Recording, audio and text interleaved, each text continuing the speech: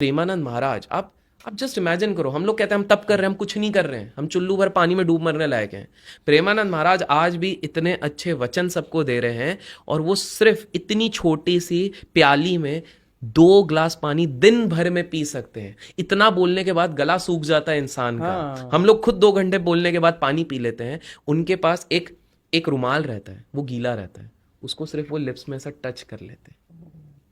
क्यों? क्योंकि because of his kidneys वो ज्यादा पानी भी नहीं ले नहीं पी सकते। सकते हैं। कितने समय पे ये साधु केवल एक समय खिचड़ी लेके अपना पूरा लाइफ निकाल लेते हैं, और यहां पर हम 6 times a day protein fibre ये वो करते रह जाते हैं।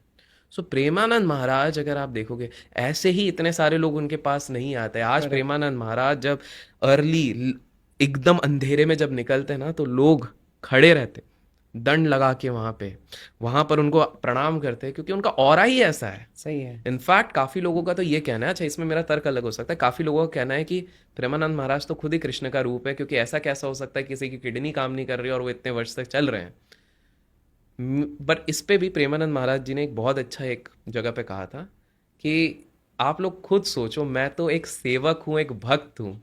एक भक्त को देख के आप लोग ऐसा सोच रहे हो, तो सोचो साक्षात जब वो रहेंगे तब क्या होगा? तब क्या होगा। मैंने वो रील देखा था, एक जगह पर किसने कहा था कि वो कल्कि के अवतार को मारने के लिए बिल्कुल बिल्कुल आप भी जन्म लोगे।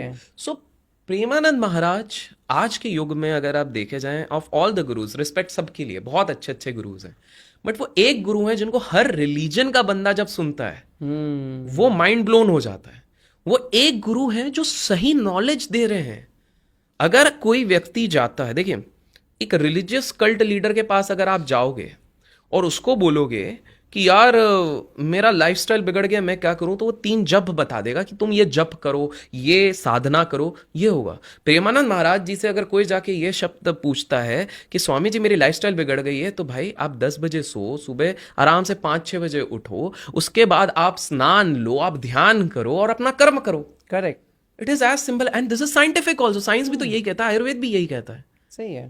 सो प्रेमानंद महाराज आज वो हैं कि लोगों को तो आज थैंक्स टू सोशल मीडिया के कुछ अच्छी चीजें हो रही हैं जिसके चक्कर में उनको इनके बारे में पता लग रहा है। But this is the sort of, so he is not preaching. उनके पास अगर एक मुसलमान भाई भी आएगा, वो उसे भी गाइड करेंगे। वो कभी अपने अंदर बैर नहीं रखेंगे कि भाई तुम अल्लाह को याद करते हो तो तुम मेरे पास कैसे आ गए, क्योंकि उनको पता है यार। उन्होंने एक जगह पे कहा भी है, प्रेमानंद महाराज जी ने कहा है कि ये कोई शिव को आराधना कर रहा है, कोई कृष्ण को कर रहा है, कोई अल्लाह को करेगा, कोई सबको करेगा। ईश्वर है, आप जिस भी रूप में उसको ध्यान कर लो, सही है तो ईश्वर ही। करेक्ट। नाम अलग है तो ईश्वर। लेकिन जो राधा रानी के प्रेम में वो जो पड़ गए भाई, एक्चुअल प्रेम उसी को कहते हैं। देखिए एक्चुअल प्रेम ये नहीं होता जब आप किसी से शारीरिक संबंध बनाते हैं। एक्चुअल प्रेम वो होता है जब आप उसमें डिसॉल्व हो जाते हैं। कहीं ना कहीं अगर यही वाली चीज आप विज्ञान भैरव तंत्र में भी देखेंगे तो इसी चीज का मेंशनिंग होता है। तो actual love is not when you are only taking, actual love is when you are only giving. जब आप देते रहते हो, ये होता है अनकंडीशनल।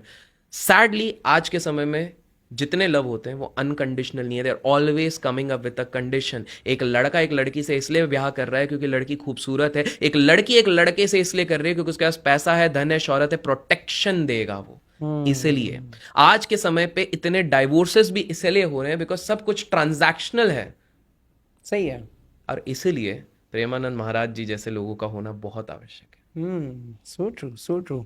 ये विज्ञान भैरव तंत्र मेरे ख्याल से हमने ओशो के यहाँ पर पढ़ा था जब भी हम साथ गए थे। ये ओशो भी एक अलग लेवल के लीडर है सच में। उनकी भी बहुत सारे ऐसे थॉट्स है जो हमें कहीं ना कहीं कनेक्ट करते हैं। स्पेशली ये जो रिलेशनशिप्स के बारे में हम बात कर रहे थे, बिल्कुल वहाँ पे कुछ अलग ही एक्सपीरियंस किया है।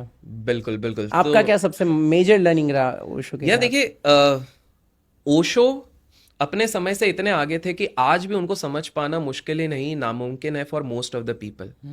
ओशो को केवल बावले और पागल लोग ही समझ सकते हैं, और याद रखे बावले और पागल लोग ही होते हैं जो दुनिया को बदल सकते हैं।